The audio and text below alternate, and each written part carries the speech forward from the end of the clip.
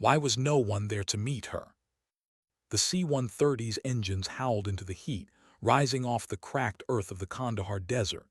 Its metal frame groaned as it lifted, leaving behind a cloud of dust and a single figure standing amid the storm, duffel bag on her shoulder, eyes hidden behind sand-scratched lenses.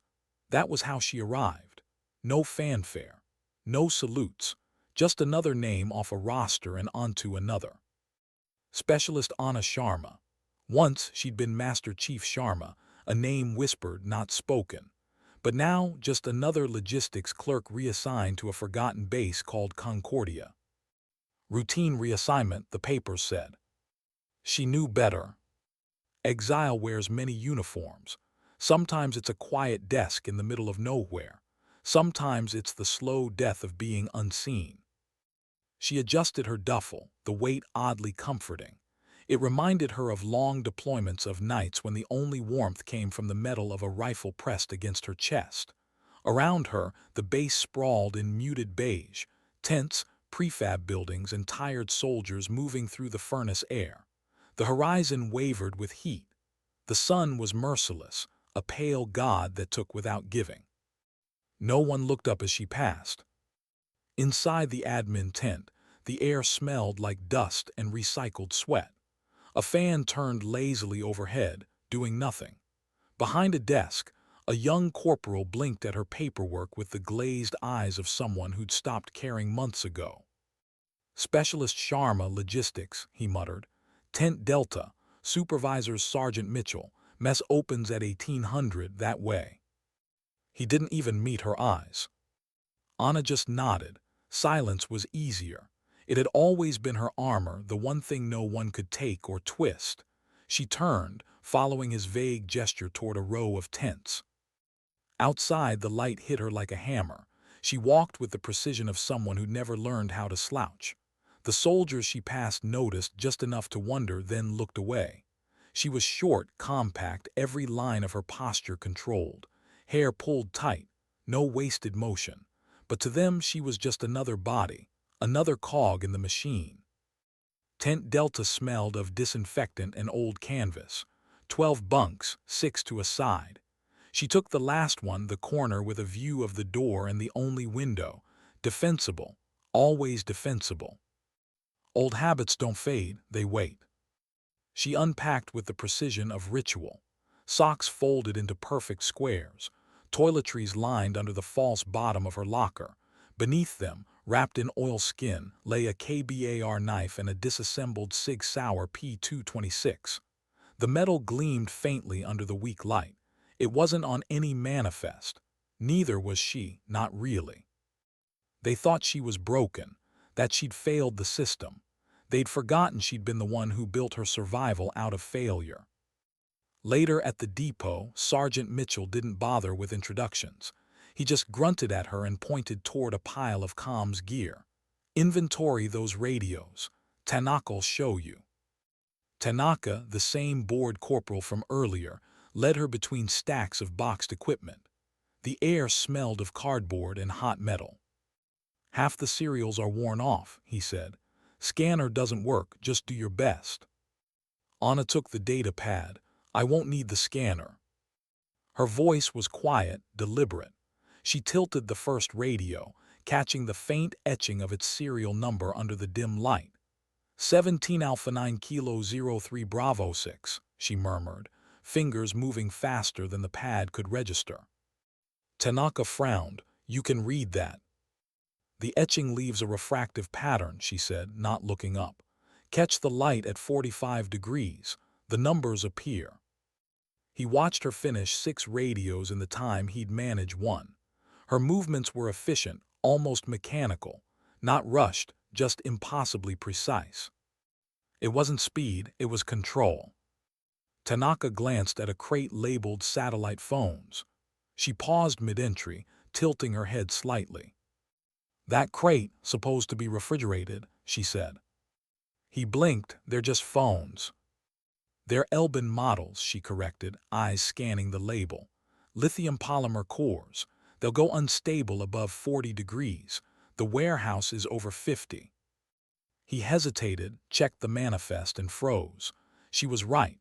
Without another word, he waved two privates over to move the crate. When he turned back, she was already at the next box. He didn't know why, but something in his chest shifted, unease maybe. Who was she? A logistics clerk who knew the melting point of lithium cells. He looked at her again, really looked, the stillness, the composure, the way her eyes scanned everything. Not a clerk, something else. The next morning, the summons came. Colonel Madsen wanted to see her. Inside the command tent, air conditioning fought a losing battle against the desert heat.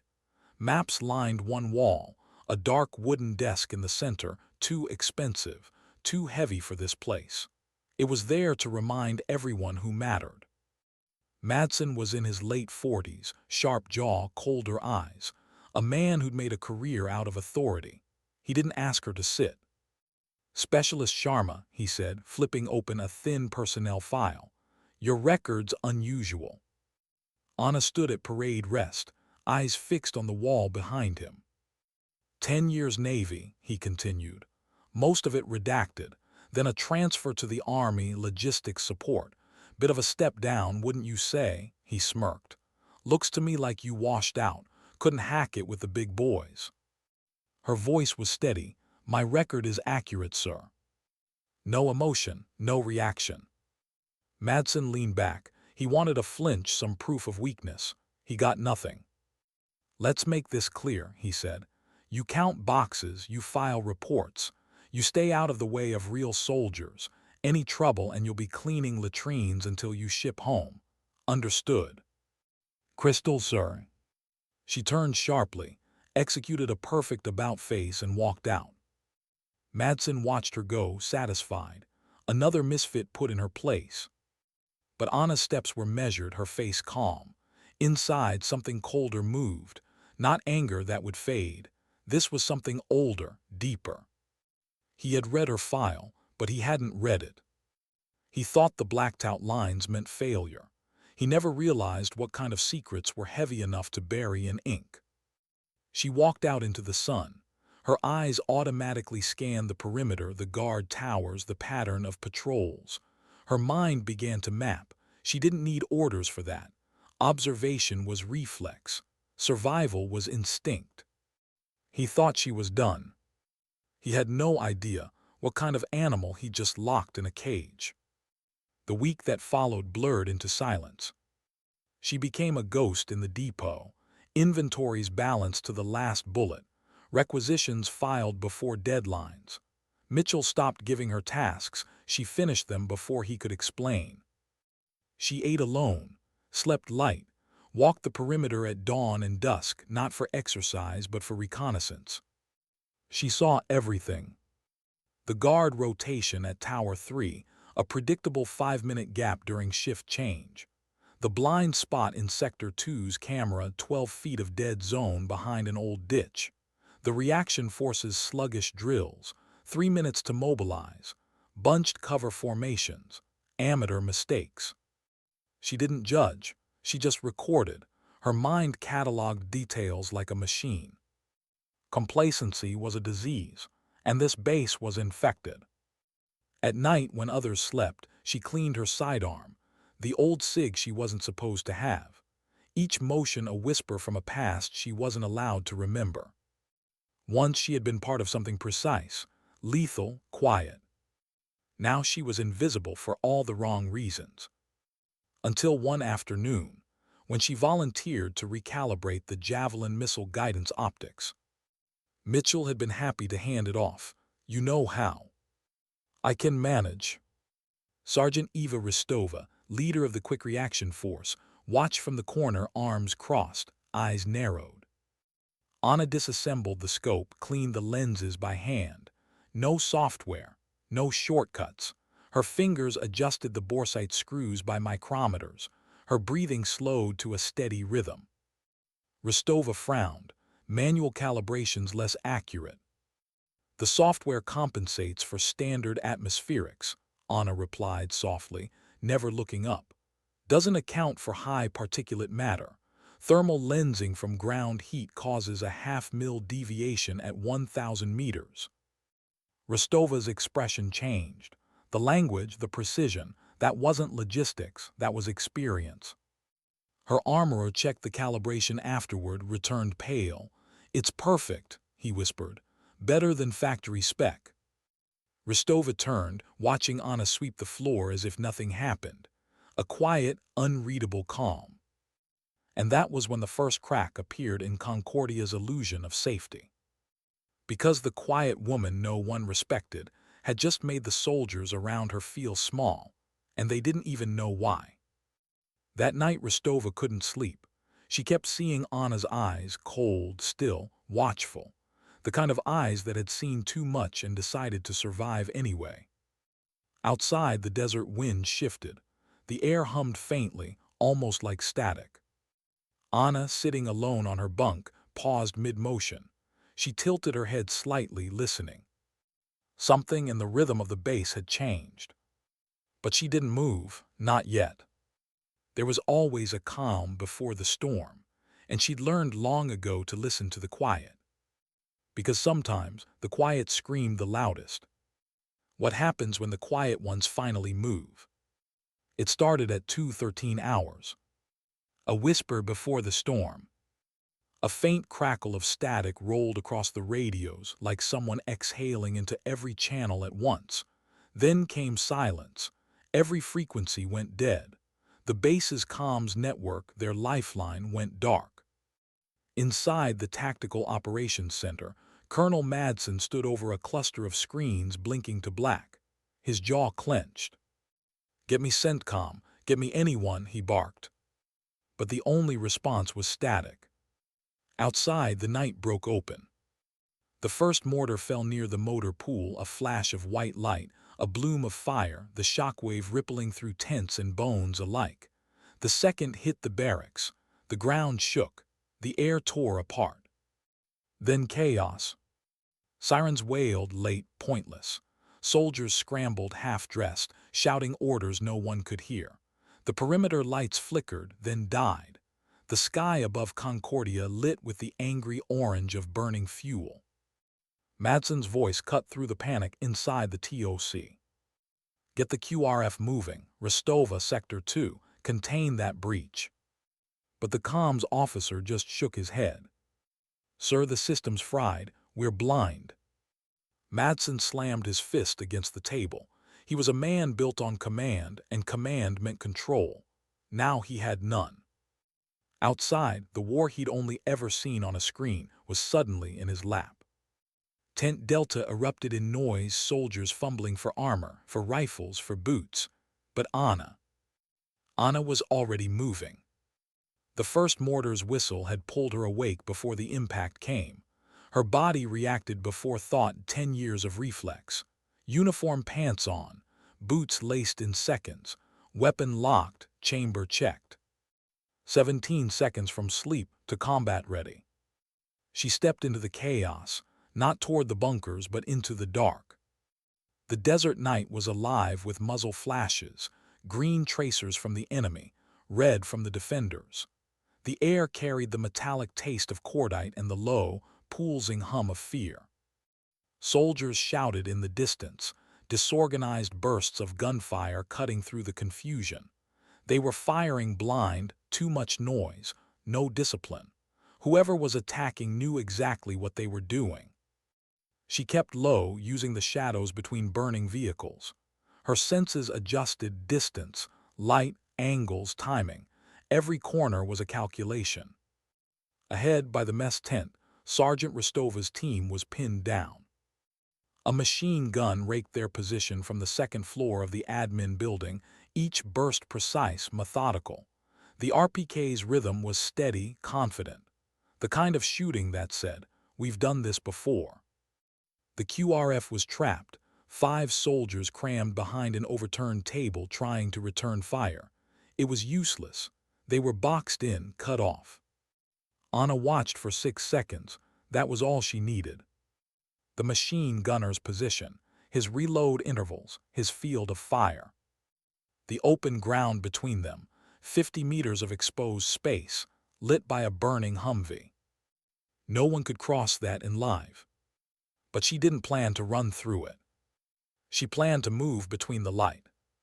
She waited for the rhythm, the gunner's pattern, 3-second bursts, half-second pauses, every pause a flicker of darkness.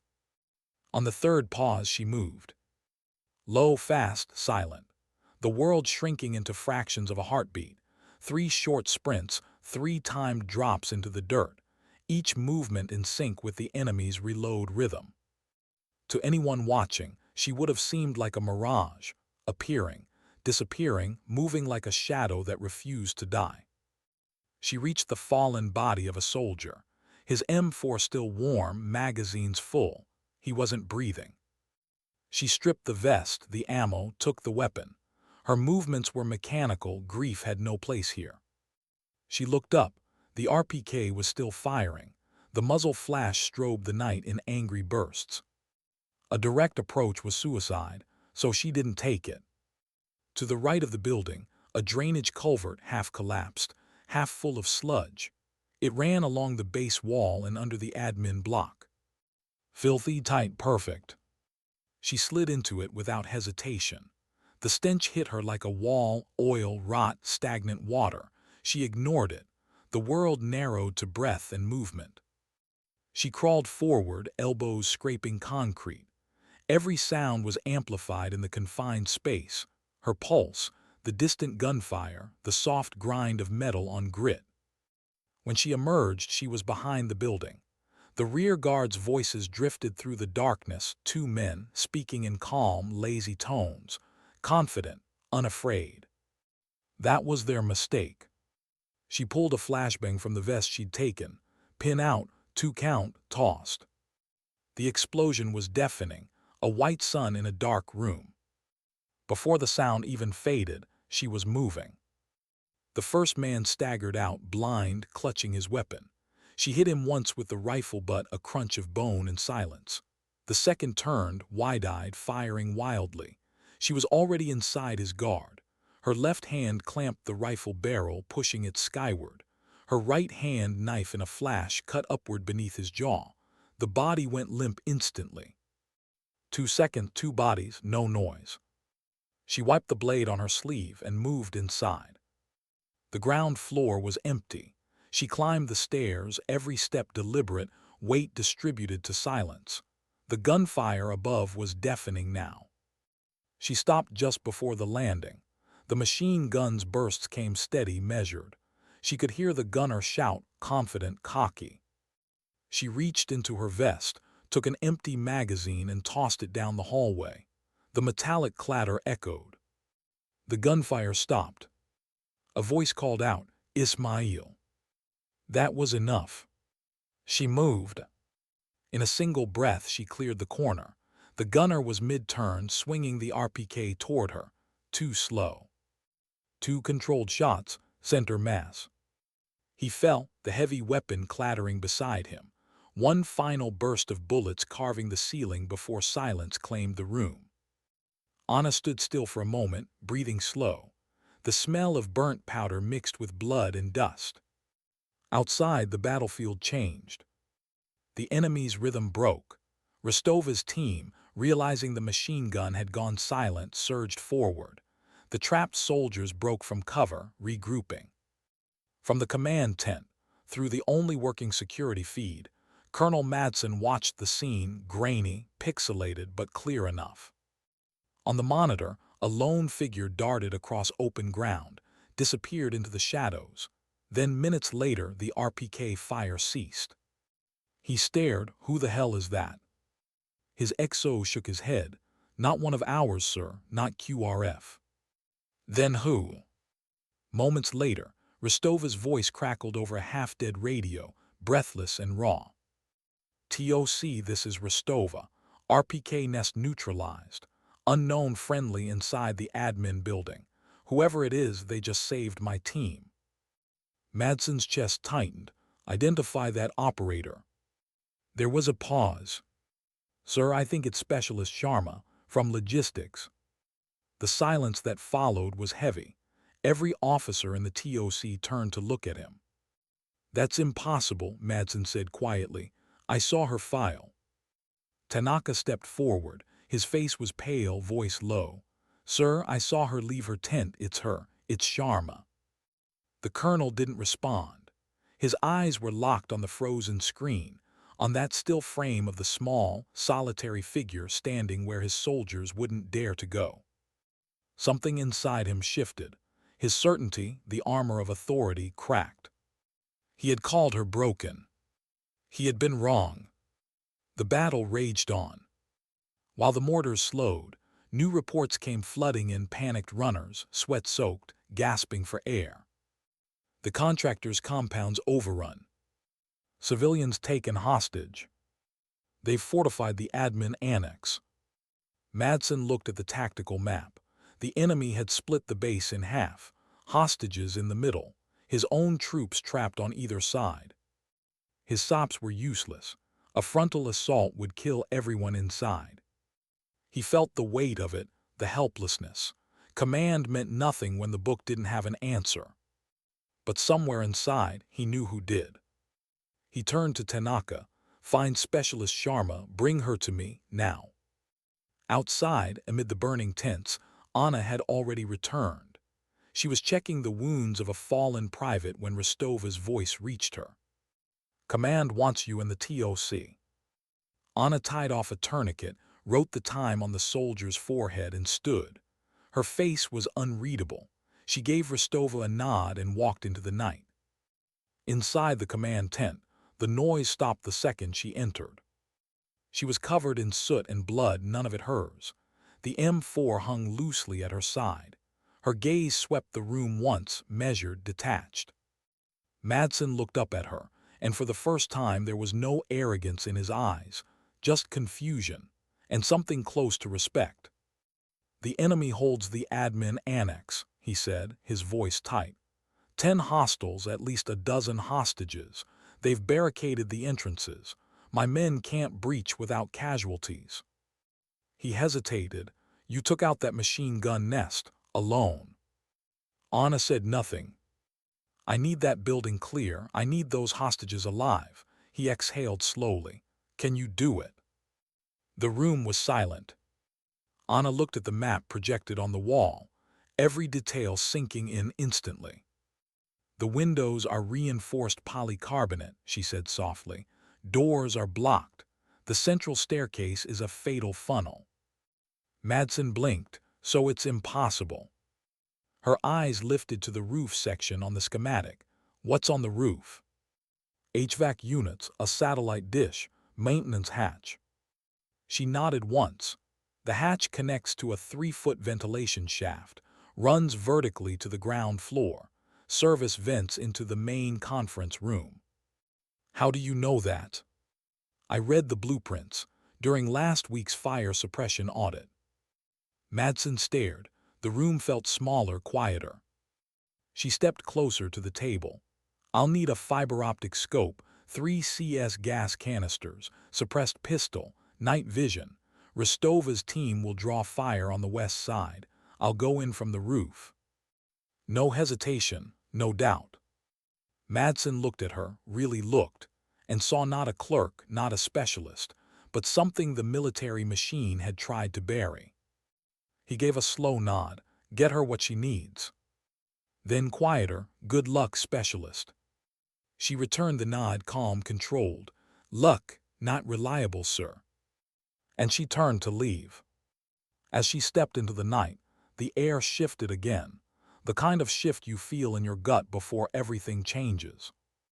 The desert wind carried the sound of distant engines, rotors slicing air miles away, reinforcements, rescue, or judgment. Either way, she was ready. She had been ready all along. Because for Anna Sharma, the mission never ended. It just changed locations. How do you sneak back into a war that already buried you? The night was alive with chaos, tracer rounds stitching red and green lines across the horizon, the low moan of the wounded threading through the desert wind. Yet above it all, Anna Sharma moved like the storm's eye, calm, silent, inevitable. She walked toward the depot with her purpose sharp as the knife she carried. Inside, under the flickering fluorescent light, Corporal Tanaka waited. His hands shook as he handed her the requested gear, the fiber optic scope, 3 canisters of CS gas NVGs, a suppressed pistol. "Ma'am," he said quietly, "you sure you don't want backup?" Her gaze flicked up, calm, unreadable. "Backup makes noise." She turned, checking each piece of equipment with surgical precision. The click of metal, the soft rattle of a safety pin, the quiet rhythm of control. Tanaka watched her, transfixed, unsettled, as she slung the M4 across her back. When she stepped outside again, the air was trembling with gunfire. Sergeant Rostova's team was already moving into position on the west side of the annex. They would be the distraction, loud, aggressive, desperate, the perfect opposite of Anna. She moved through the shadows, hugging the eastern wall. The concrete was warm against her palm, radiating the day's heat. Overhead, tracer fire cut jagged lines through the dark sky. She reached the base of the building, the admin annex. 2 stories of reinforced concrete and desperation. The windows were blacked out. The only light came from within, faint, flickering, like the heartbeat of a dying thing. Above her the roof glinted faintly, the metal shine of HVAC units catching stray moonlight. Her path. She reached into her pack, pulled out a grappling hook and coil of cord. The line whispered through her gloved hands as she swung it once, twice, then released. The hook caught. She pulled, tested the weight. Solid. She climbed. Each pull was deliberate, precise, arms, legs, breath, rhythm, and silence in perfect partnership. Halfway up she froze, a voice, faint, speaking Pashto, a guard near the corner. She flattened herself against the wall, muscles coiled, pulse steady. The voice drifted away. She climbed the last 10 feet and rolled silently onto the roof. The wind was colder up here, thin, cutting, alive with dust. From this vantage, the base looked fractured, fires burning like small suns, smoke curling into the black sky. She crawled to the HVAC hatch. It was locked. She knelt, pulled a tension wrench and pick from a pouch. 30 seconds, a faint click. The lock gave way. She opened the hatch and peered into darkness, a vertical shaft descending into shadow. 3 feet by 3 feet, tight, suffocating, but it would do. She took a slow breath, pulled her NVGs into place. The world shifted to green. Then she dropped in. The metal walls pressed against her shoulders. She braced with her boots and back, sliding slowly, friction as her brake. Each movement was careful, deliberate, the kind of control born from years of slipping through spaces where noise meant death. Down below, through the faint hum of ventilation, she could hear them, muffled voices, laughter, a radio. And beneath that, softer crying. The hostages. Her movements slowed even further. Every muscle worked in silence. Her body remembered the old ways, the ghost ways. A small vent opened to the second floor. She paused, fed the fiber optic scope through. The view resolved in eerie green, an empty office, desks overturned, papers scattered, no movement. Clear. She continued down. The second vent opened to the ground floor conference room. She stopped, listened. Voices close. She fed the scope through again, slowly, carefully, and the world below came into focus. 10 hostages, huddled together in the center of the room, bound, blindfolded, their faces streaked with tears and sweat. 8 hostiles, 4 covering the door, 2 near the windows, 2 packing near the hostages. Their leader stood by a table, radio pressed to his ear, barking orders in a sharp, urgent tone. Anna adjusted the angle, studied the layout. Exit points, lines of sight, blind zones. In seconds, her mind had drawn the room in perfect 3D, every variable accounted for. She counted the distance to the floor, calculated descent speed, gas diffusion time, muzzle trajectory. All of it fit together like an old song she hadn't heard in years but still knew by heart. She withdrew the scope, clipped it back to her vest. Then she reached for the first gas canister. Thousands of miles away, The war was unfolding on a different screen. Admiral Garrett Thorne sat in a makeshift command post at Bagram Airfield, the faint whine of generators underscoring the distant sounds of aircraft. A single classified alert had appeared on his monitor, a distress ping from FOB Concordia. Electronic warfare interference, heavy losses, command blackout. And then buried in the data, a flagged line, unauthorized operative active within AO. Thorne's brow furrowed. Unauthorized. That word was poison. He turned to his aide, Lieutenant Chun. Get me the colonel in charge. Sir, comms are unstable. We've got packet data, no voice. Then get me a name, service number. Whoever's playing hero on my map, I want to know who they are. Yes, sir. The requests went out, encrypted, high priority. The system pinged against the personnel servers, searching for Specialist Anna Sharma. And then it hit the wall. Her file was locked, flagged by a SACUM directive. Top-level clearance only. Chun frowned. Sir, her record sealed, completely black. Thorne's voice dropped to a growl. Override it. Sir, that requires my authority. Chun swallowed, entered the Admiral's override code. The system hesitated, then unlocked. Lines of text scrolled across the screen, past layers of redacted warnings and access seals. Thorne's eyes hardened as he read. Name Sharma Anna, rank Master Chief Petty Officer. Unit Naval Special Warfare Development Group. Assignment redacted.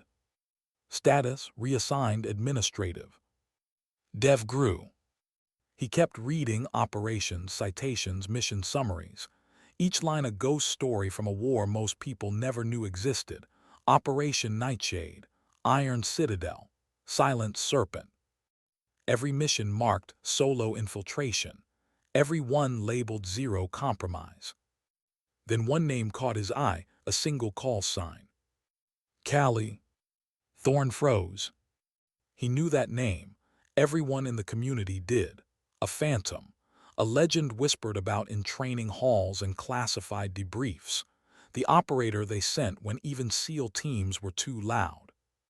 The one who never missed. The one who disappeared. And who was reported KIA 3 years ago after a black operation in Syria went wrong. But she hadn't died. They'd buried her on paper and sent her to count boxes.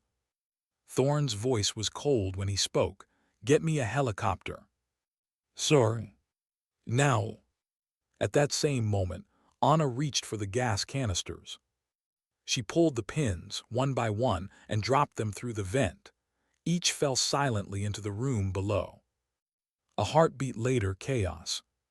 The canisters exploded with a hiss, flooding the room in thick, choking clouds of CS gas. The hostiles shouted, coughing, eyes streaming. One fired blindly, another tripped over a chair. Anna kicked out the vent cover. She dropped. 10 feet, controlled fall. She hit the ground in a crouch, suppressed pistol already raised. The NVGs painted the chaos in green ghosts. The hostiles were blind, disoriented. She was not. She moved. Pop, pop, 2 rounds. First man down, pop, pop. Second, the pistol coughed like a whisper. The air stank of chemicals and cordite. She advanced through it, low and silent, like a shadow underwater. A figure stumbled through the haze, rifle flailing. She sidestepped, caught his arm, twisted. The weapon dropped. One more shot sent her mass. Pop. 8 enemies, 12 seconds. The leader, the one with the radio, turned, eyes burning, coughing violently. He raised his rifle. Too slow. Anna's final shot caught him just below the brow. He dropped before his body even hit the floor. Then silence. Only the sound of the hostages coughing, crying, gasping for breath. She exhaled slowly, cleared the barricade on the main door, opened it. Clear, she said, her voice low, calm, unshaken. Outside, Rostova's team froze mid-advance. Smoke drifted through the open door. Then came the figures, the hostages, stumbling out into the open air, coughing and crying. And behind them, Anna. She stood in the doorway, framed by firelight. The pistol hung loose at her side. Dust clung to her uniform. Her face was streaked, her hair damp with sweat. But her eyes steady, cold, alive. The soldiers who saw her stopped in their tracks. For a moment, time itself held its breath. Then came the sound, distant at first. Then growing, the rhythmic chop of helicopter blades cutting through the night. A Black Hawk swooped in low, skimming the rooftops. No running lights, silent arrival. It flared above the plaza and dropped fast. The rotor wash sent debris swirling, kicking up a halo of dust and light. The side door slid open, and out stepped Admiral Garrett Thorne. He didn't look left or right. His boots crunched on shattered glass and shell casings as he walked straight toward her. Madsen followed behind, pale and wordless. The rest of the base watched, silent, motionless. Anna stood her ground. Thorne stopped 3 feet away. His gaze swept her, the dirt, the blood, the pistol still in her hand.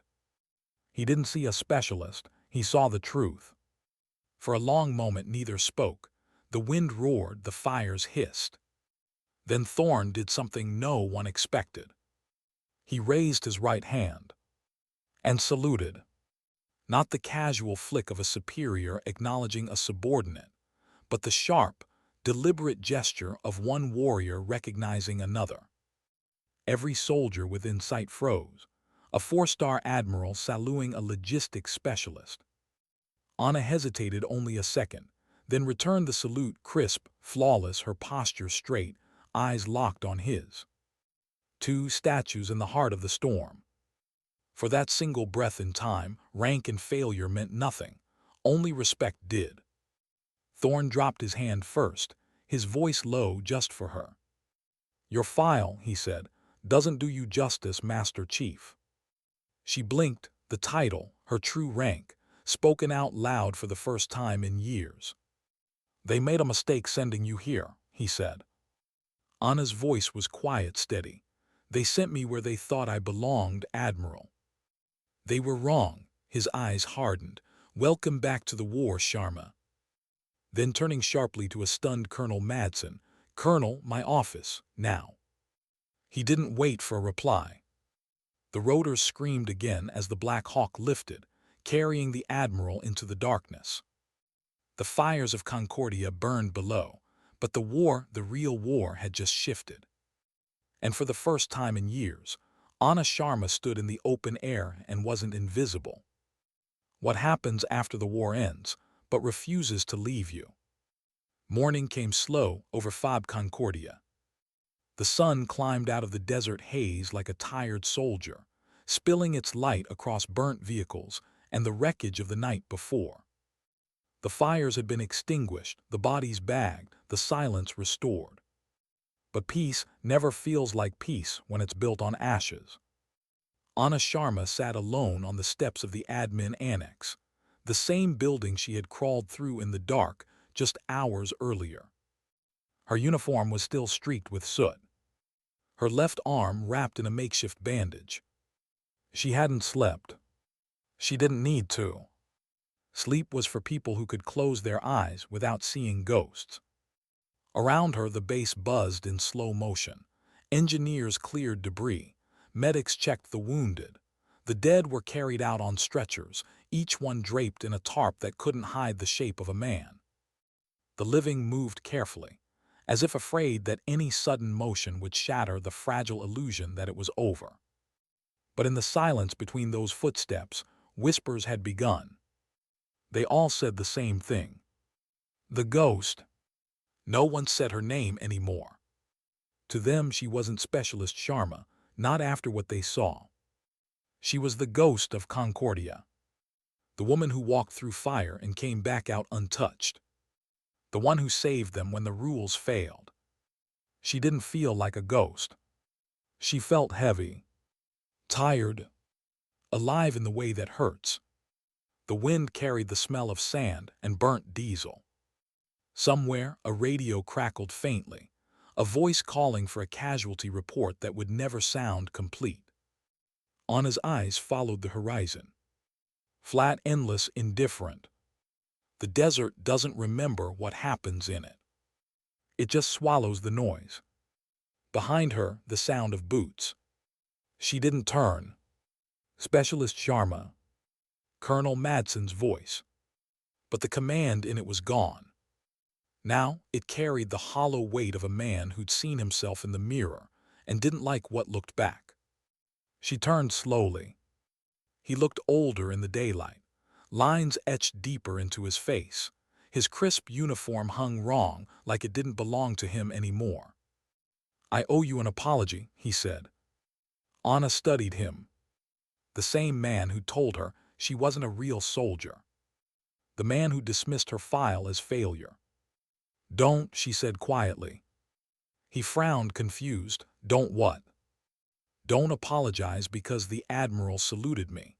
Apologize because you never looked past the paperwork." The words hit harder than any reprimand. He opened his mouth to speak, but nothing came. She didn't wait for more. She stood, slung her rifle across her shoulder and walked past him.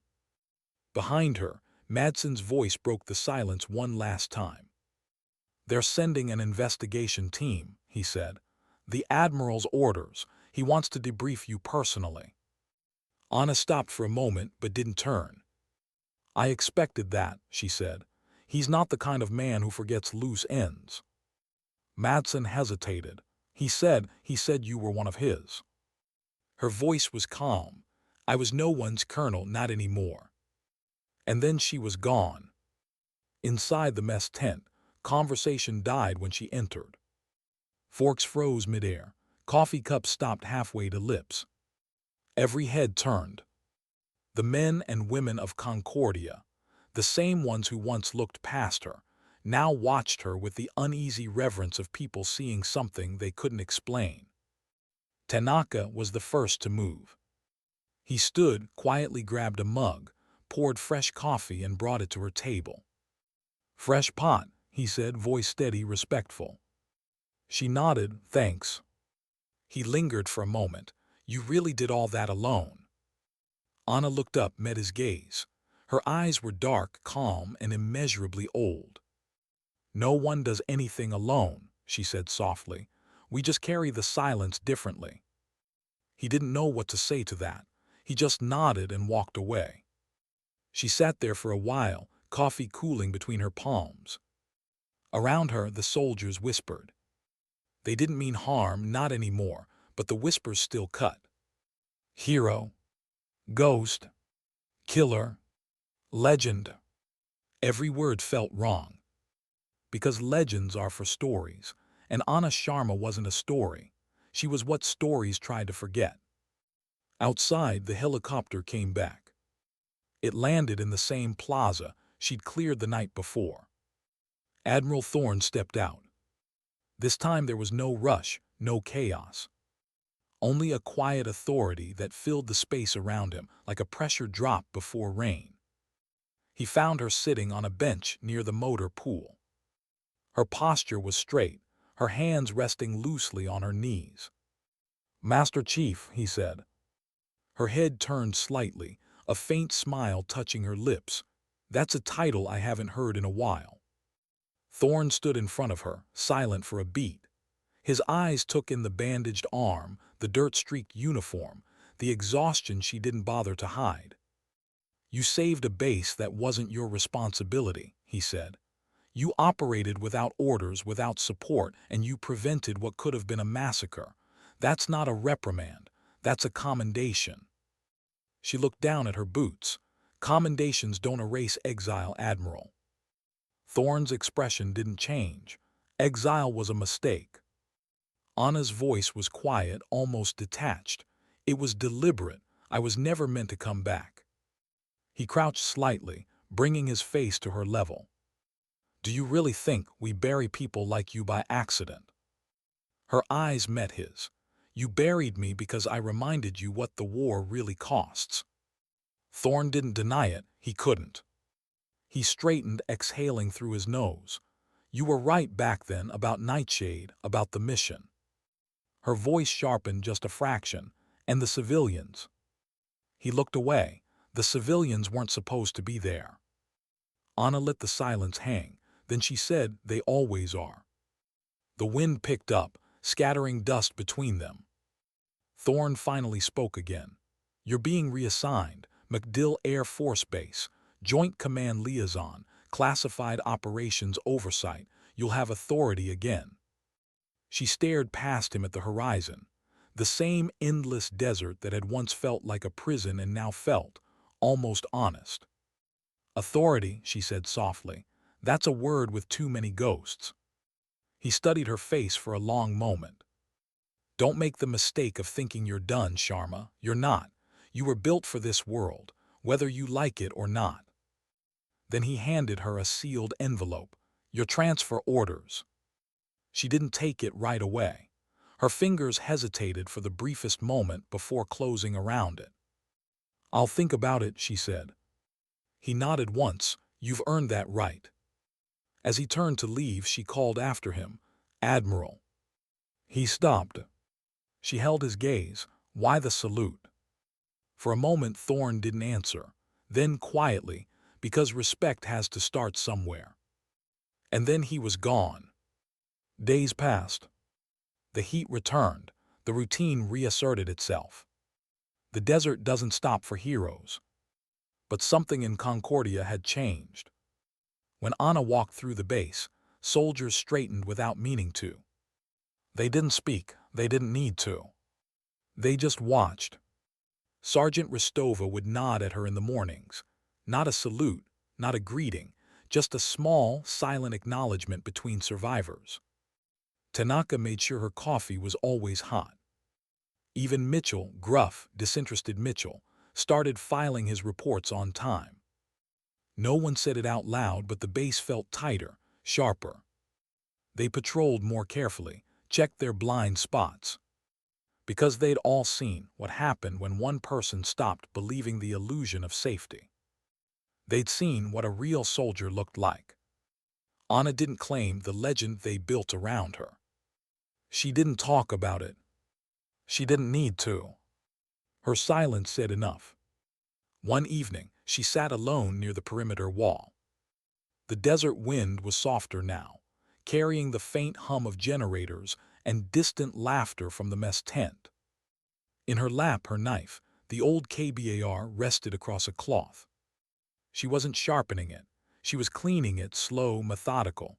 The smell of oil mingled with dust. The transfer orders lay beside her, unopened. She looked out toward the horizon, where the sun was bleeding out behind the mountains, painting the sky in red and gold. That color, that impossible, burning color, reminded her of something. The inside of a helicopter years ago, the heat of a mission gone wrong, the sound of a child crying in the distance. Some wounds don't bleed anymore, they echo. She closed her eyes. The war never ends, it just changes shape. Behind her, footsteps again. Tanaka. He stopped a few feet away, holding a steaming mug. Thought you might want this, specialist, he said quietly. She looked up, nodded once. Thanks. He hesitated. They say you've got new orders. I do. You going? She looked at the envelope, then back at the horizon. I don't know, she said. There's always another war waiting. I just don't know if I'm supposed to fight it or end it. Tanaka frowned, trying to understand, but some things aren't meant to be explained. He nodded once, left the mug beside her and walked away. She sat there long after he was gone, the night settling around her like a blanket. The desert stars came out one by one, cold, distant, eternal. Anna took a sip of the coffee, bitter, perfect. She looked down at the knife in her hand. The blade caught the starlight, reflecting a faint, ghostly shimmer. Maybe that's all any of them were, reflections. Moments of light in a world that preferred darkness. She laid the knife across her knee, the transfer orders beside it, and whispered not a prayer, not a vow, just a truth. You can take a soldier out of the war. But the war never forgets her name. The wind moved again, carrying the sound away. And somewhere far off, a new dawn began to rise. How do you choose between the war outside and the one inside you? The desert had its own kind of silence, not empty, but endless. A silence that didn't judge, didn't forgive. It just existed, waiting for people like Anna Sharma to sit in it and decide who they were when the noise stopped. 3 days had passed since the attack. 3 days since the salute that rewrote the power structure of FOB Concordia. And still, Anna hadn't opened her transfer orders. They sat on her bunk, edges curled from the heat. A promise, a threat, a door back into the world that had made her and then thrown her away. Around her, life on the base had begun to rebuild itself. The mechanics in the motor pool worked in silence now, their jokes replaced by careful precision. Patrols left on time. Rostova's drills ran smoother, tighter. Even Colonel Madsen walked differently, slower, quieter. It was strange. She hadn't said a word to change them. But maybe that was the lesson. Sometimes the loudest things you do don't need words at all. That morning she stood outside the depot, helping Tanaka inventory medical supplies. The air was already hot, that dry, humming heat that made metal burn to the touch. Sweat ran down the back of her neck, but her movements stayed deliberate, measured. Tanaka kept sneaking glances at her. Not fear, not curiosity, but the kind of awe a young soldier feels when they realize legends don't always look like they're supposed to. "You ever get scared?" he asked suddenly. Anna looked up. "Of what?" He hesitated. "Of losing control, not knowing what's coming." She thought about it for a moment. "Control's an illusion," she said finally. "You can plan, prepare, train, but when it happens, it happens. The only thing you really own is how you move through it." He nodded slowly, processing that. "Guess that's easier for someone like you." "Someone like me." "You don't freeze," he said. "You don't panic." Anna's eyes softened barely. "You think I do?" He blinked. "Do you?" She set down the clipboard, turned slightly toward him. "Every time," she said. "The trick isn't to get rid of fear, it's to make it wait its turn." Tanaka said nothing. But later, when she wasn't looking, he copied those words into his notebook, word for word. That afternoon, a convoy arrived from Bagram, 3 Humvees, a dust cloud behind them, and the flag of Joint Command fluttering from the lead vehicle. Everyone knew what it meant. The investigators had come. The base went still. Out of the second Humvee stepped a man in a tailored uniform too clean for the desert. Commander Hughes, Thorne's intelligence liaison. The kind of man who looked like he'd rather fight paperwork than bullets. He carried a tablet, a briefcase, and a sense of quiet superiority that didn't belong here. "Specialist Sharma?" he asked, finding her near the supply depot. Anna wiped her hands on a rag. "Yes. I'm here to conduct a formal debrief per Admiral Thorne's directive." He adjusted his sunglasses, scanning her like she was an entry on a checklist. "We'll need to go over your actions during the Concordia engagement." She nodded, "Of course." They met in the command tent, the same place where, a few nights ago, panic had lived in every corner. Now it was sterile again. Cold. Hughes sat at the head of the table. Madsen was present, silent. Rostova too, her jaw tight. Tanaka waited just outside, pretending to check manifests but really listening. Hughes began in the tone of someone used to hearing himself talk. "You acted independently of command, without authorization, and engaged hostile forces while under a restricted assignment. That's irregular." Anna said nothing. "Furthermore," Hughes continued, "you accessed tactical equipment outside your clearance level, utilized lethal force, and made unilateral decisions that could have compromised hostages." Still silence. Finally he looked up. "Do you have anything to say for yourself?" She met his gaze, calm. "Yes." "And it worked." The room went still. Hughes frowned. "Excuse me." "The decisions I made," she said evenly. "They saved lives. That's the standard, isn't it?" He stared at her, unsure whether to be impressed or offended. "That's not how the chain of command works, specialist." Her tone never changed. "Then maybe the chain's too heavy." Across the table, Ristova's mouth twitched, the ghost of a smirk. Madsen stared at the floor. Hughes sighed, tapping his pen against the table. "You're not making this easy." "I didn't come here for easy," Anna said. He looked at her for a long time, then closed his file. "The Admiral will review your full report personally. Until then, you're confined to base." She nodded once, wouldn't want to leave anyway. He gathered his things, muttered something about procedure, and left. Ristova exhaled slowly. "You just told a Joint Command officer his chain's too heavy." Anna gave a small shrug. "He asked for honesty." Ristova shook her head.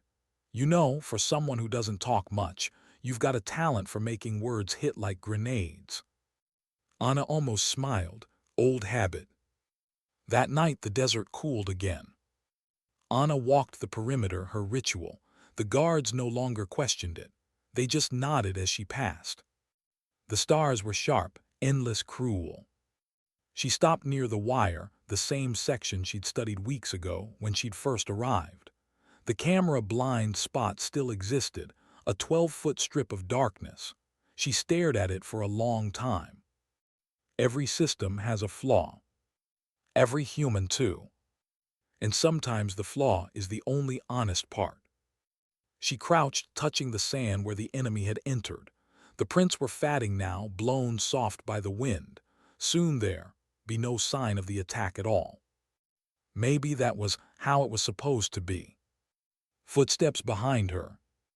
"Ristova, you really don't sleep, do you?" "Not much." Ristova stood beside her, hands on her hips, looking out over the desert. "You ever think about what comes next?" "Always." "And—" Anna didn't answer right away. The silence stretched between them. Finally she said, "When you live too long in the dark, the light doesn't feel safe anymore." Ristova studied her face, the way her eyes never stopped scanning the horizon, even now. "You should open those orders," she said. "Maybe." "What are you afraid of?" Anna's voice was almost a whisper. "That they'll ask me to become her again." "Her?" "The one they buried," Anna said. Ristova frowned, not understanding. "The one the Admiral called Master Chief." Anna nodded. She was useful, efficient. She could walk through hell and come back breathing, but she didn't know how to stop. Ristova's tone softened. "Maybe they need her again." Anna looked at her, steady. "They always need her, they just never ask what it costs." Neither spoke after that. They just stood in the wind, two soldiers staring into a horizon that never blinked. At dawn, the call came from Bagram. Admiral Thorne wanted an update. Commander Hughes reported from the comms tent, his voice clipped and efficient. "The subject remains cooperative but resistant. She refuses to discuss her past operations." Thorne's voice came through, calm but sharp as wire. "She doesn't owe you her past, Commander. She already paid for it." "Sir?" "You'll get my full directive by nightfall. Prepare her for transport." "Transport, sir." "She's coming home." The line went dead. By evening, the base gathered for a memorial. Rows of soldiers stood in formation, helmets off, the desert wind carrying their silence. 12 names, 12 lives lost in the attack. Anna stood among them, uniform pressed, eyes fixed ahead. The chaplain's words floated over the crowd, soft, rehearsed, hopeful. But all Anna heard were the sounds from that night, the gunfire, the screams, the silence afterward. When the chaplain finished, the bugle began. 3 notes in, Anna's throat tightened. She had heard that song too many times. Ristova glanced at her, saw the flicker in her eyes, the one sign of emotion Anna ever allowed. After the ceremony, Anna stayed behind. The sky had gone purple with twilight. The others drifted away, voices low. She stood before the row of markers, simple wooden crosses, names carved into the grain. Her hand brushed one of them, the wood rough beneath her fingers. She didn't pray. She didn't cry. She just whispered, "You are better than the people who sent you here." The wind carried it away. She turned back toward her tent. On her bunk the envelope waited, the seal unbroken, the words crisp in black ink. United States Special Operations Command Liaison Assignment. Her past, her future, folded neatly inside. She reached for it, then stopped. The desert outside murmured softly, the hum of night insects, the low rustle of distant movement. And for the first time in years, Anna Sharma didn't know what her next move should be. Not because she was afraid of dying, but because she was afraid of surviving again.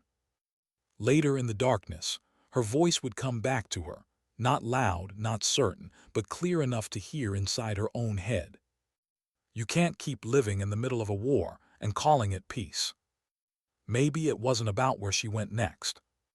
Maybe it was about whether she could ever go back at all. The war had taken her once. Now it was knocking again. And somewhere between the whisper of the sand and the rustle of her unopened orders, Anna Sharma began to understand. Peace isn't given. It's chosen. But every choice costs something. And dawn was coming. When you've lived too long in war, peace starts to feel like a lie. The sun hadn't risen yet, but the horizon glowed faintly, a dull line of amber just beginning to bleed into the dark. The kind of light that doesn't promise warmth, only truth. Anna sat on the edge of her cot, boots laced, uniform buttoned, knife sheathed at her side. The transfer envelope lay open now, finally. The orders were simple. Reassignment to Joint Special Operations Command. Immediate reporting to MacDill Air Force Base, Tampa, Florida. Transport scheduled for 600. No hesitation, no apology. Just another line in the machine that kept turning long after people broke. She folded the papers neatly and slid them back into the envelope. Outside, the camp stirred. The cooks were lighting stoves, the smell of burnt coffee rolling through the dry air. A few soldiers crossed the yard, their voices low. Anna stood. Her duffel was packed, but the weight on her shoulders wasn't the gear. It was the knowing that leaving this place didn't mean she was free. It meant she was being pulled back into something she'd only barely escaped. She stepped outside, the chill biting against her face. Rostova was waiting near the motor pool, arms crossed, cigarette burning low between her fingers. She didn't speak when Anna approached, just exhaled a thin stream of smoke and handed her a metal canteen. "You're really going," Rostova said quietly. Anna nodded. "Orders."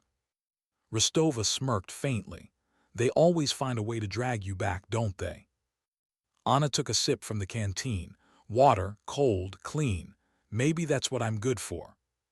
"That's not what I asked." Anna didn't answer. Rostova flicked the cigarette away and watched the ember fade in the sand.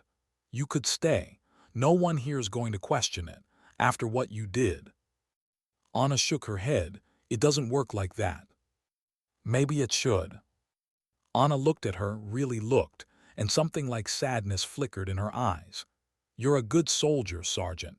You still believe the world can be fixed if you fight hard enough." "And you do." Anna's voice was soft. "I stopped believing a long time ago." The sound of an engine broke the silence. A single Humvee pulling into the lot, dust trailing behind it. Commander Hughes stepped out, crisp uniform, mirrored shades, the kind of posture that hides discomfort behind regulation. "Master Chief Sharma," he said, his tone clipped. "Your transport's ready." Anna turned to Rostova, offered a small nod, not goodbye, not farewell, just gratitude. Rostova straightened and returned the gesture with quiet respect. "Don't let them bury you again," she said. Anna almost smiled. "I'll try." Then she climbed into the Humvee. The engine rumbled, gears grinding as it rolled out of the base. Through the dusty window, the silhouettes of Concordia faded into the sand. The desert didn't wave goodbye. It never does. Hours later, the helicopter lifted off from Kandahar, its rotors beating rhythm into the empty sky. Anna sat in the back, strapped in beside two operators she didn't know, black fatigues, faces unreadable. One of them passed her a headset. "Noise gets bad after takeoff." She nodded, took it. As the chopper rose higher, she looked out over the endless brown, villages shrinking to dust specks, roads like scars across the earth. Somewhere down, there were the ghosts of every mission she'd ever been part of, every choice that couldn't be undone. She leaned back, closed her eyes. The vibration of the engines filled her bones. For a moment she wasn't in the air. She was back in Syria, a compound burning, radio screaming, blood on her gloves. The child's voice. The one she couldn't save. Her breath hitched just once. She opened her eyes again. The world was still there, still moving. The operator beside her glanced over. "You okay, ma'am?" Anna's voice was steady, always. MacDill Air Force Base was clean in a way war zones never are, sterile, symmetrical, humming with quiet efficiency. They brought her straight to the operations wing, past scanners, through corridors lined with glass and chrome. Every door buzzed open at the sight of her clearance. She hadn't seen this level of access since before her exile. It felt strange, too easy, too familiar. They stopped outside a steel door marked Restricted Access, JSOC Command Suite. The operator keyed a code. The door hissed open, and there he was. Admiral Garrett Thorne. He stood near a large digital map, the kind that looked like a living heartbeat, blinking coordinates, shifting grids. He didn't turn when she entered. "You made good time," he said. Anna stepped forward. "You gave me no choice." Now he turned. His eyes carried that same sharp calm, the kind of man who'd seen too much and decided to keep seeing anyway. "I read your debrief," he said. "The official one and the one you didn't submit." Her brow arched slightly. "I didn't write a second one." "No," he said quietly, "but you left enough unsaid for me to know what really happened." He gestured toward the table. "Sit." She hesitated. "Why am I here, Admiral?" Thorne didn't answer immediately. He tapped the console. The wall display shifted to a satellite feed, a grid of rough terrain, marked with heat signatures. "This," he said, "is Northern Sudan. A rogue unit has been hijacking humanitarian convoys and selling supplies to militias. 2 of our intelligence assets went dark there last week. The agency wants plausible deniability. They want it handled quietly." Anna's eyes flicked to the map. "You have teams for that." "I did," Thorne said, "until 3 of them vanished." He turned back to her. "We need someone who can go alone." She held his gaze. "You brought me back for that." "I brought you back because you don't need an audience to do what's right." She looked at the feed again, the roads, the camps, the heat signatures. Another broken place. Another ghost waiting to be created. Her voice was low. "You think this will fix something?" Thorne's expression didn't change. "It might fix us." She laughed softly, bitterly. "There is no us, Admiral. There's just the next mission." He didn't deny it. "Maybe, but you and I both know some things can't be left undone." He slid a sealed black folder across the table. "Mission parameters. You leave at 300. Anna stared at it for a long moment before finally saying, "You could have sent anyone." Thorne's voice softened, almost fatherly. "No, Sharma, I couldn't." He turned back to the map, hands clasped behind his back. "You've spent years trying to forget who you are, but the truth is, the world doesn't need who you were. It needs who you've become." The words hung in the air, heavy, dangerous, almost kind. Anna didn't answer. She picked up the folder, turned, and walked out. That night her quarters were silent, too clean, too empty. She sat on the bed, folder unopened in her lap. She remembered her first mission, the adrenaline, the purpose, the belief that if you fought hard enough you could shape the world into something better. Now she knew better. You can't shape chaos. You can only walk through it without losing yourself. She opened the folder. Inside, satellite images, coordinates, supply manifests, a name. Operation Silent Thread. At the bottom of the page, handwritten, small, precise. Trust yourself, GT. She stared at the note for a long time. Trust herself. It was the one thing she hadn't done in years. She leaned back against the wall, the hum of the bass filling the silence. Somewhere beyond it, aircraft engines roared, the endless cycle of departures and returns. Her eyes closed, and in the dark behind her eyelids, she saw Concordia again, Tanaka's quiet respect, Rostova's cigarette, the colonel's apology that came too late. All of it felt more real than anything inside this sterile room. When she opened her eyes again, the decision had already been made. Not out of loyalty, not out of duty, but because sometimes the only way to stop running from your ghosts is to walk beside them. She stood, grabbed her gear, and slipped the knife into her belt. The blade caught the faint glow from the lamp, the same one that had reflected the stars back in the desert. For the first time, it didn't look like a weapon. It looked like memory. Hours later, she stood on the tarmac under the floodlights. The air smelled like jet fuel and sea wind. A C-130 waited, engines idling, ramped down. Admiral Thorne stood near the nose, hands in his coat pockets.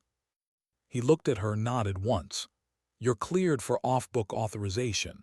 Mission file wipes in 6 hours if you need extraction. I won't, she said. Thorne studied her face for a moment. You're still trying to pay a debt that doesn't exist.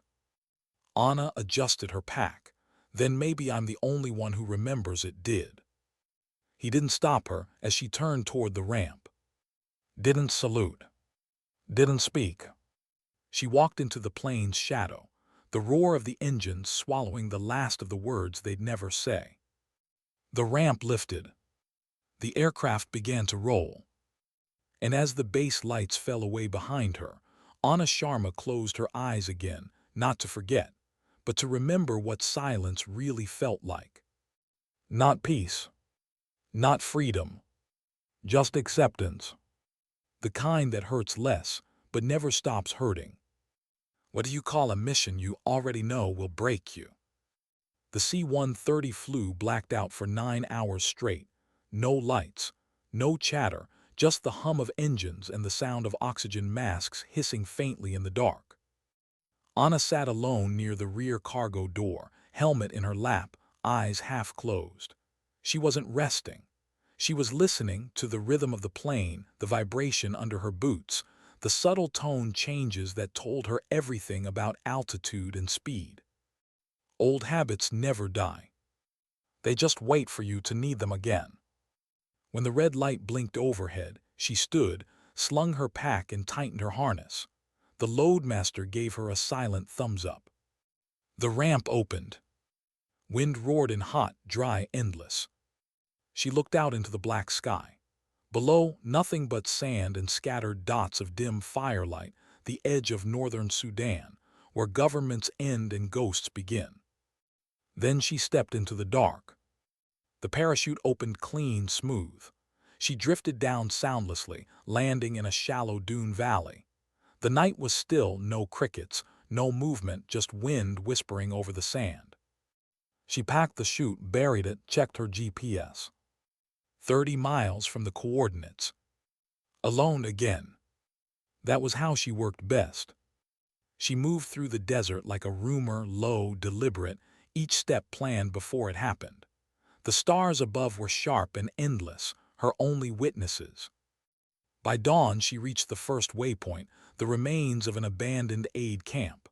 The tents were ripped open, crates burned, A water truck rusted into the sand. She crouched, running a gloved hand over a spent casing. 5.45, not local, Russian pattern. She looked at the tracks, wide tires, military grade, eastbound. Whoever did this wasn't scavenging, they were organized. She scanned the horizon through her scope and froze. Movement. A convoy, 3 technicals and a flatbed truck rolling slow across the dunes, dust trailing behind them. On the flatbed, stacked crates with faded red crosses, UN relief supplies, and armed men sitting atop them. She tracked them through the scope, careful, silent, calculating. Then she saw it. One of the drivers wore an old NATO-com headset, Western model. This wasn't a local militia. This was something else. Nightfall again.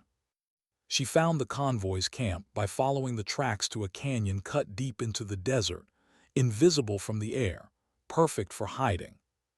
She climbed the ridge above, belly to the ground, watching through night vision. 24 men, armed, relaxed but disciplined. They weren't bandits, they were trained. At the center of the camp stood a single reinforced container, guarded by 4 men. The container door bore a number stenciled in English.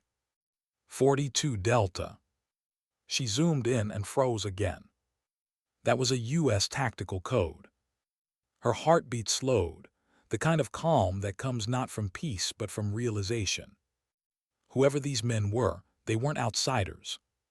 She whispered to herself, "You never really leave the war, it just changes uniforms." At midnight she moved. She descended the ridge silently, each step placed with surgical precision. The night smelled of diesel and sweat. At the edge of the camp she paused, listened, laughter, the clink of metal, one man humming to himself near a fire. She waited until the wind picked up, covering her movement, then slid behind the first vehicle. Her hand brushed the fender, warm, engine recently off. She pulled a small fiber cam from her pouch, fixed it under the flatbed, and synced it to her wrist pad. Then she moved to the container. The guards were restless, bored. 2 smoked, 1 dozed, the last leaned on his rifle. She reached into her vest, pulled out a small sound emitter, a faint chirp like a radio glitch. One of the guards frowned, tapped his earpiece, stepped away to check signal. That was all she needed. She moved 3 steps, a pivot, the hiss of air. The silenced pistol coughed twice. The other 2 dropped before they even realized they were dead. She caught the third by the collar, dragged him down, hand over his mouth, knife clean under the jaw. Quick, silent. The fourth turned just as she reached the container, his rifle lifted. She fired once. The sound barely broke the night. She exhaled, steady. The container door had a keypad, U.S. military issue. She typed the standard override code, 791 Delta. It beeped green. Inside, she expected weapons or drugs, maybe hostages. But what she saw made her stomach tighten. Stacks of crates labeled MRE, humanitarian rations. Medical kits, IV bags. And under them, sealed boxes stamped with a different marking. Naval Intelligence Archive, property of JSOC. She crouched, pried one open with her knife. Inside, hard drives, encrypted. Serial numbers blacked out. She picked one up. It was light, almost too light, hollow. She turned it over and saw something that didn't belong. An engraving. 3 letters, faint, scratched in by hand. A yes. Her breath caught. Her initials. No, not hers. Someone else. Someone she hadn't thought about in years. She whispered the name like a ghost, Arya. The desert blurred. Suddenly she was back in Syria, the burning compound, the broken radio, the girl screaming through smoke. Arya, the young linguist who'd been embedded with her team. Bright eyes, steady hands. The one they'd left behind when everything went wrong. She'd been listed as KIA. Anna had seen the file herself. She believed it. But the drive in her hand said otherwise. She closed the container, breath slow but shaking. Someone had been lying for years. She packed the drive, erased her tracks, and vanished into the dunes before the camp even realized they were one guard short. At dawn, she found cover under a rock shelf, her back against the stone. The sun was merciless, the air shimmering with heat. She connected the drive to her secure pad. The system protested, encrypted layers stacked like walls, but Anna was patient. After 10 minutes, a file opened. A video, grainy, timestamped 18 months after Arya's supposed death. The image flickered a dim tent interior. Arya, thinner, paler, sitting in front of a camera, her voice cracked but clear. "If anyone finds this, tell Anna I'm alive. They took us. Not insurgents, our own. They're moving U.S. data through fake humanitarian convoys. I think it's connected to." The video cut to static. Anna's hand tightened around the tablet. Her pulse steadied, not from calm, from focus. This wasn't just a mission. This was the truth she wasn't supposed to find. That night she called in her report. Thorne answered immediately, voice low, measured. "Status." "Operation compromised," she said flatly.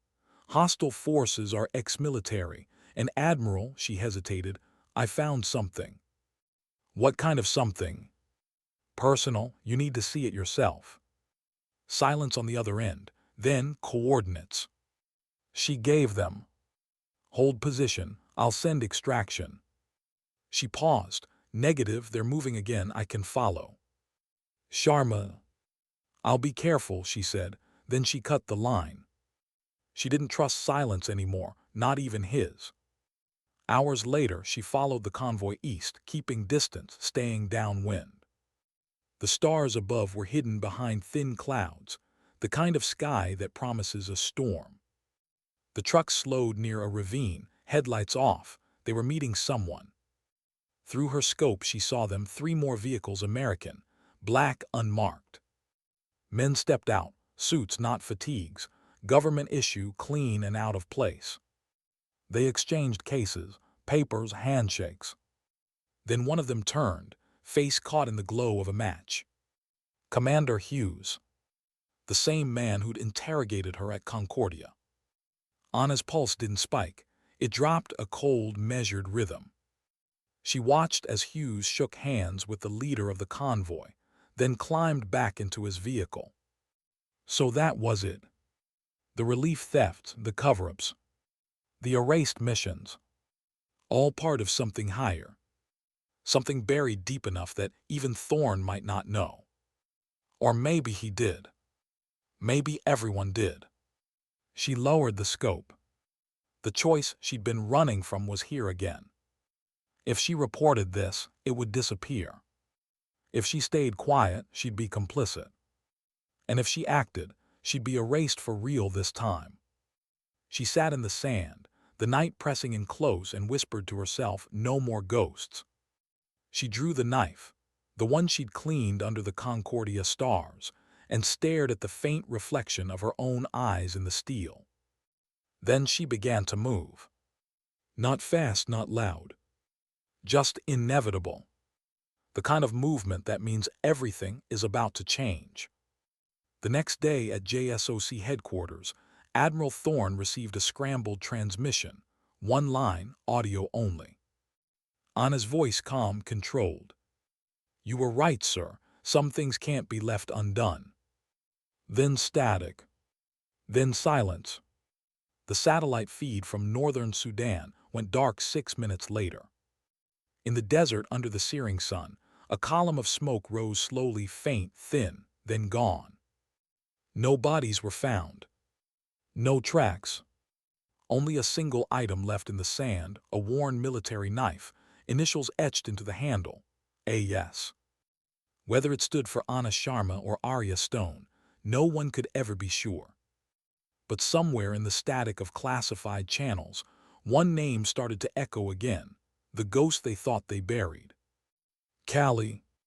And in the shadows of another war waiting to happen, the legend of the woman who wouldn't die began to move again. What remains when the ghosts finally stop whispering? The desert was quiet again. Too quiet. No radio traffic, no drones, no confirmation. Just static. For 48 hours, Admiral Garrett Thorne didn't speak to anyone. He sat inside the glass war room of Joint Command, the lights dimmed, the big screens blinking with satellite feeds that showed nothing but wind and sand. Analysts came and went, reports stacked up, none of them helped. Operation Silent Thread, inconclusive. Operative Coulson Cali, presumed KIA. He'd seen those words before. He hated how easily they fit into a sentence. He replayed the last transmission again and again, her voice, flat but alive. "You were right, sir. Some things can't be left undone." That tone wasn't surrender. It was certainty.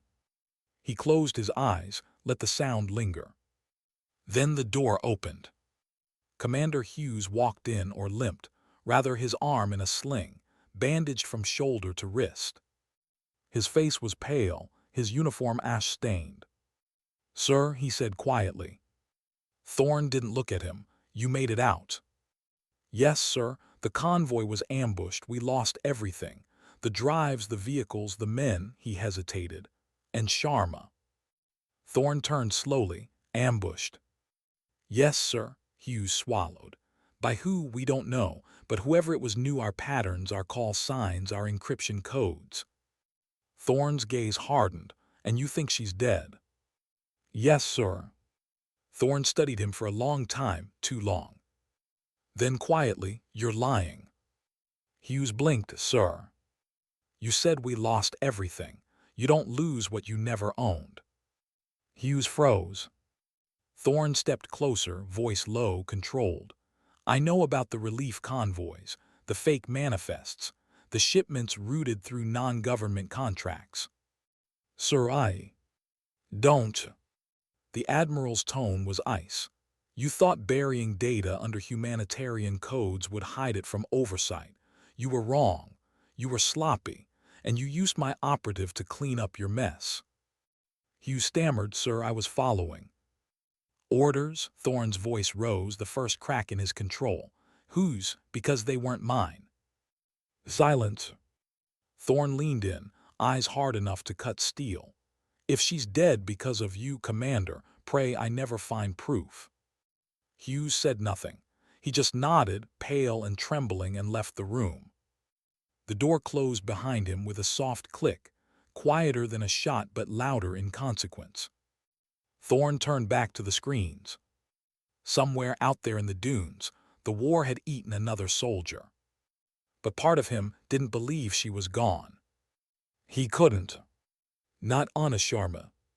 Not Callie. The desert doesn't kill silence, it keeps it. Weeks passed. The report was filed. The mission classified. The world moved on. But Thorne didn't. He started spending nights in the records room, digging through old operations. Nightshade, Citadel, Serpent, all of them connected by the same thread, black missions no one wanted to remember. And every time he traced the path far enough, one name appeared again. Arya Stone. The linguist, the one who died and somehow, years later, resurfaced on a drive. He ordered her file reopened. What he found made his stomach twist. The coordinates of her last known location, the same canyon Anna had transmitted before vanishing. Her signature on internal memos, referencing humanitarian convoys, medical data, distribution networks. But none of it made sense. Why was a linguist embedded in logistics operations? Why were Navy archives hidden inside relief trucks? Unless Arya wasn't just a linguist. Unless she'd been something else. He scrolled deeper. And then he saw it, a single decrypted message, hidden in the metadata of an old report. "If Anna Sharma is alive, she's not your problem. She's your conscience." Thorne stared at the line until the screen dimmed. In the desert, hundreds of miles away, a small village near the Nile woke to the sound of generators sputtering back to life. A woman in a headscarf moved between tents, carrying water buckets. Her left arm bore a faint scar, knife-thin, healed clean. She spoke little, smiled less, and worked like someone who'd forgotten what rest meant. The locals called her Nalia. They didn't ask where she came from. In places like this, everyone was running from something. But at night, when the camp quieted and the stars turned silver again, she'd sit outside her tent, sharpening a small blade with the initials worn almost invisible. Yes. Some nights she'd stare at it until dawn. Then she'd put it away, stand, and go back to work. She wasn't running anymore. Just existing. And maybe that was enough.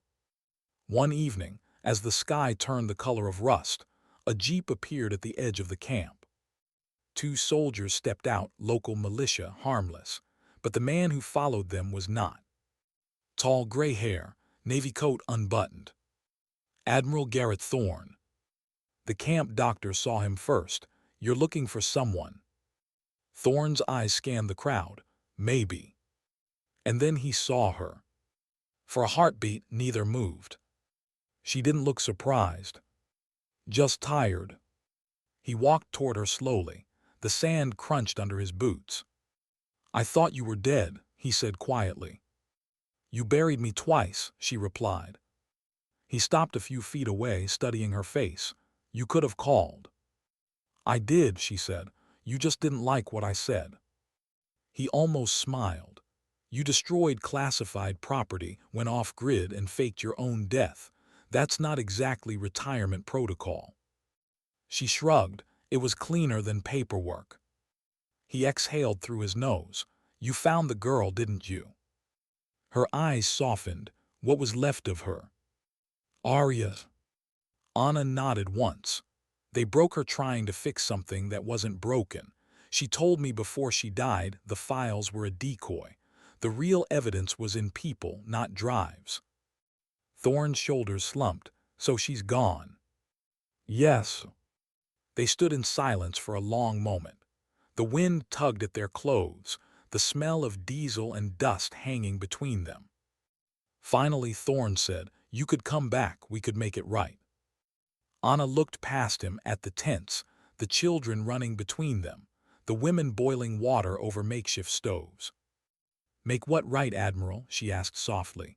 The war, the system, or our own ghosts? Thorne didn't answer. He knew the truth. Some wrongs don't have a reverse gear. She turned to him. I didn't disappear to hide. I disappeared so the noise would stop. He nodded slowly, and did it. Her voice was barely a whisper. Not yet. Thorne looked down at the knife in her hand. You could stay here forever, but the world will still break someone else tomorrow. I know. And you'll do nothing. Anna's eyes lifted to his. Doing nothing is sometimes the only way to stop doing harm. He studied her, the calm, the quiet, the unshakable stillness that wasn't peace but something close to it. Then he said softly, You always were the best of us. She shook her head. No, Admiral, I was just the one who kept surviving. The two of them stood there as the sun sank behind the dunes, painting the camp in gold and shadow. After a moment, Thorne reached up and saluted. It wasn't ceremony. It wasn't command. It was apology. She returned the salute, slow and deliberate. When she lowered her hand, his eyes glistened just once before the wind dried them. He turned to go. If you ever need a way back, he said, you know where to find me. She watched him walk to the jeep. He didn't look back. When the engine faded into the distance, Anna sat down in the sand. The knife lay beside her, gleaming faintly in the last light. She picked up a handful of sand and let it fall through her fingers.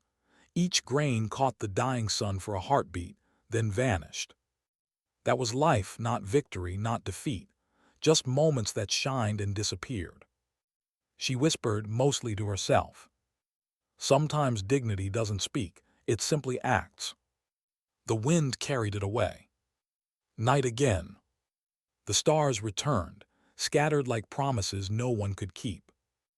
Anna sat outside her tent, watching the horizon, listening to the generators hum and the children laugh in the distance.